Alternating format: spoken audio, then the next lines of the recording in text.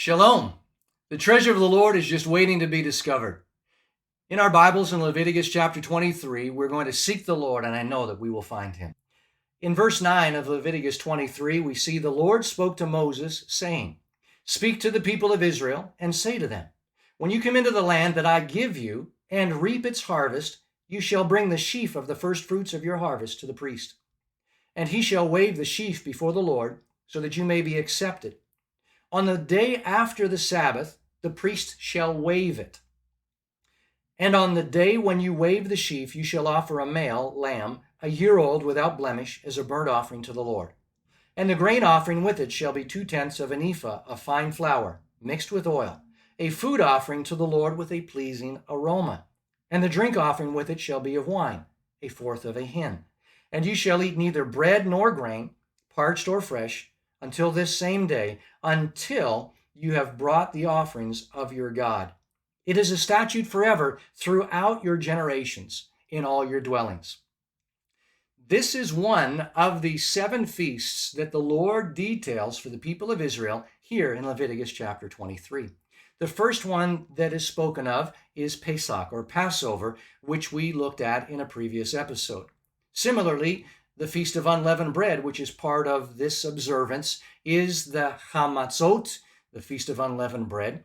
Following that, whatever day Passover falls on, that following Sabbath, the next Sabbath that comes, the next day, the Feast of First Fruits, this sheaf of barley grain, is to be brought to the high priest.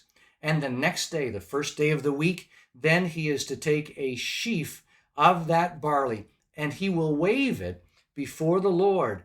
And by this, the people of Israel will be accepted. The word sheaf is omer in the Hebrew. One thing I want us to recognize is the next feast after the Feast of First Fruits is the Feast of Weeks, or the Feast of Harvest. And you may know it better by the name Pentecost. So we get that idea. We're not going to look any further at the other feasts right now, but to see this grouping of the 4 spring feasts, Moedim, observances. So, grain and omer, Passover, unleavened bread, these first fruits. Now, the first fruit sacrifice, or the first fruit observance, is not able to be observed until they come into the promised land.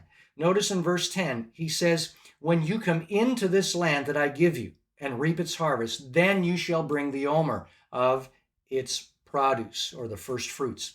Let's go back to Exodus chapter 16. The context here is that the people of Israel have already observed Pesach, Passover, in chapter 12 and 13. And the Feast of Unleavened Bread, Hamatzot. By this, they experienced the deliverance of the Lord, and they were brought through the Red Sea, and the Egyptian army was destroyed. Now, they're on their way to Mount Sinai to worship the Lord. And when they arrive at Sinai, the Jews celebrate that as Shavuot, the Feast of Weeks, the one following the Feast of First Fruits. Well, in verse 16 of Exodus 16, look what it says. "This is what the Lord has commanded. Gather of it the manna." So they had asked the Lord for food. "We're out of food." The Lord said, "I'm going to give you bread from heaven." And they called it manna. So the Lord has commanded, "Gather of it, each one of you, as much as he can eat. You shall each." Pay special attention. Put a bookmark there, a mental note of "you shall each."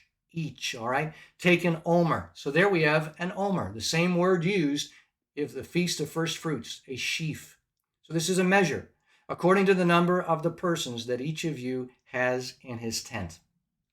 So the Lord was making provision so that they would have exactly what they needed, bread from heaven. So there's a connection being drawn here, or being made, with the Feast of First Fruits. Looking back, we see the bread that was given to them of heaven was an anticipation of the bread that was going to be provided for them in the future when they get into the promised land. So looking at Leviticus 23, when you get into the land, you are to take a sheaf, an omer of that grain, so the barley.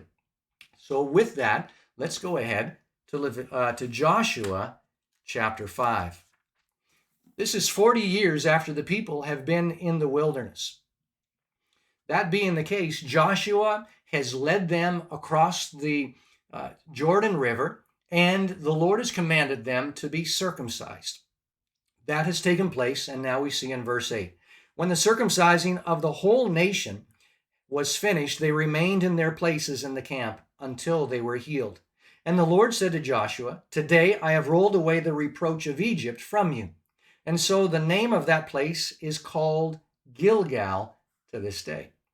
Interesting, in the Hebrew, there's a connection that's going on between the Feast of First Fruits and this experience with the circumcision of Gilgal and the supply of manna. We're going to see that as we continue reading. But you remember Exodus 16?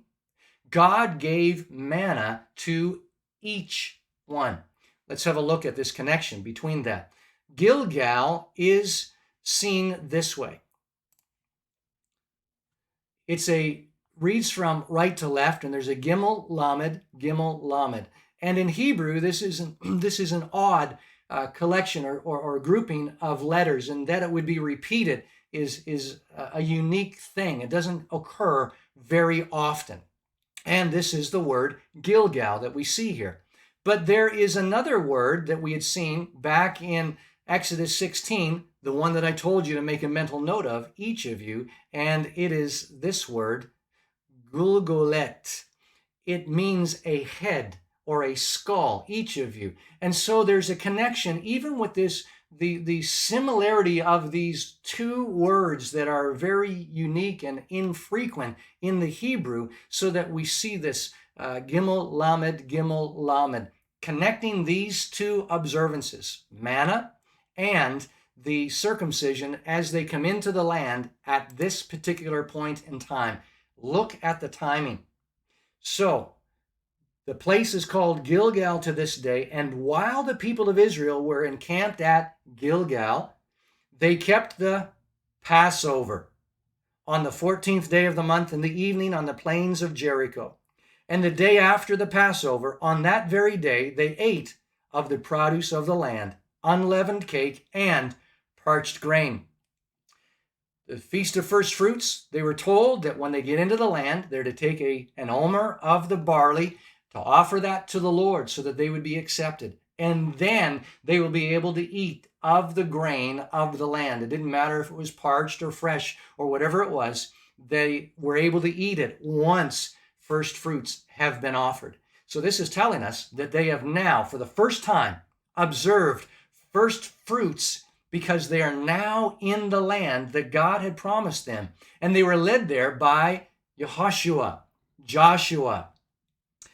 The manna ceased the day after they ate of the produce of the land. There was no longer manna for the people of Israel, but they ate of the fruit of the land of Canaan that year, indicating that they were eating from the promises that God had provided for them. Let's go ahead to Matthew chapter 28 in the Brit Hadashah, the New Testament. Look what we see here. Now after the Sabbath, remember the Feast of First Fruits occurred the next day after that Sabbath. Yehoshua was crucified at Passover and during the Feast of Unleavened Bread.